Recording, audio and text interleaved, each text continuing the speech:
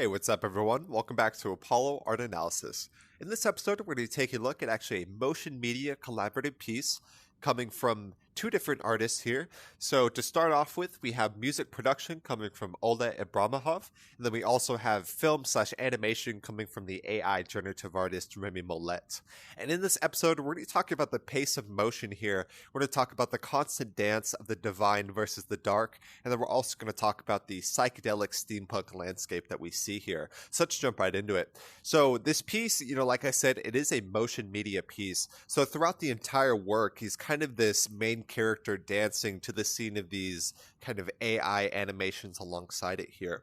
And so with that in mind, whenever you first see this piece, you're of course met with that sense of motion as there's kind of the contort of the body there. And that's quite interesting because those constant curves, of course, we have literal motion, but it also gives that constant sense of implied motion.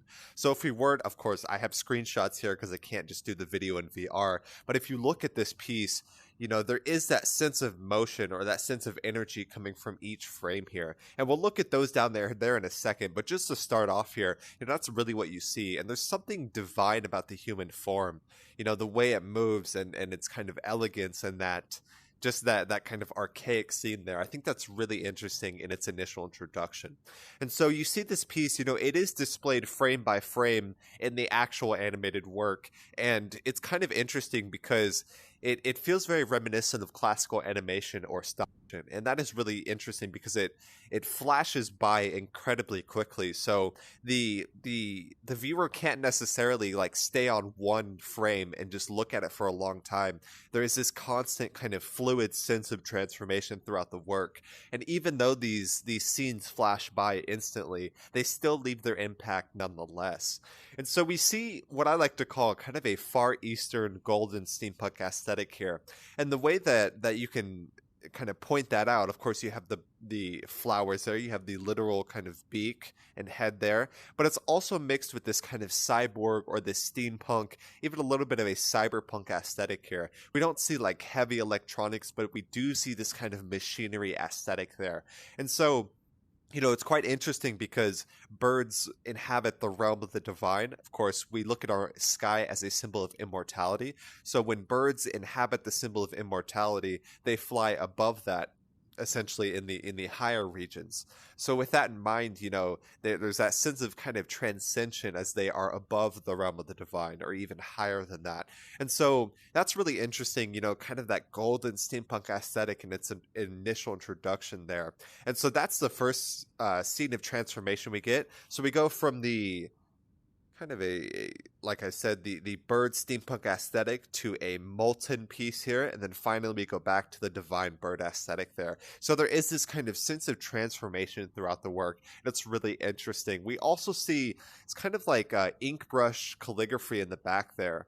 And that does look like a Far Eastern language, of course, a pictorial language. And with that in mind, that kind of reminds me of Buddhism, kind of the sacred sense of that ink brush calligraphy and writing. There's something very meditative about that, and there's definitely a tradition behind that as well. And so, like I said, we go from this kind of steampunk bird into this molten aesthetic here. See if it'll let me switch. There we go.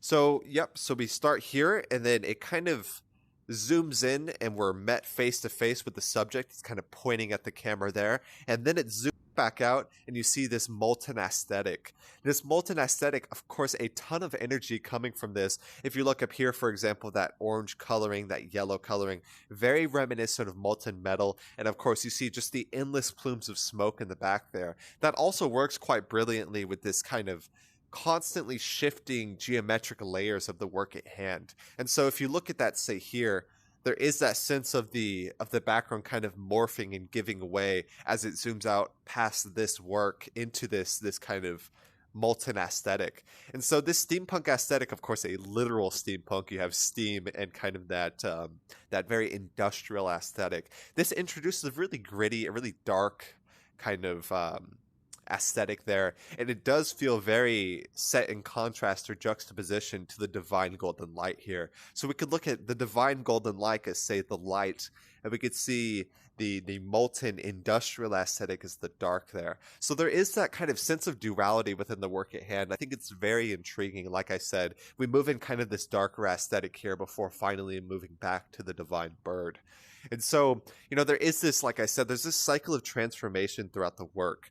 And that's very, very interesting because we, of course, as individuals, we always grow day by day. So there is this cycle of transformation throughout life. And say the phoenix, for example, the death and renewal, those are very, very, very archaic symbols. And so whenever I look at this piece, I do see that theme of transformation here. And even with that in mind, there is this extreme sense of rarity or the divinity of that golden light that we talked about just a second ago. There's that really guilt aesthetic of that really reminds of the sun of gold with every single time you see it.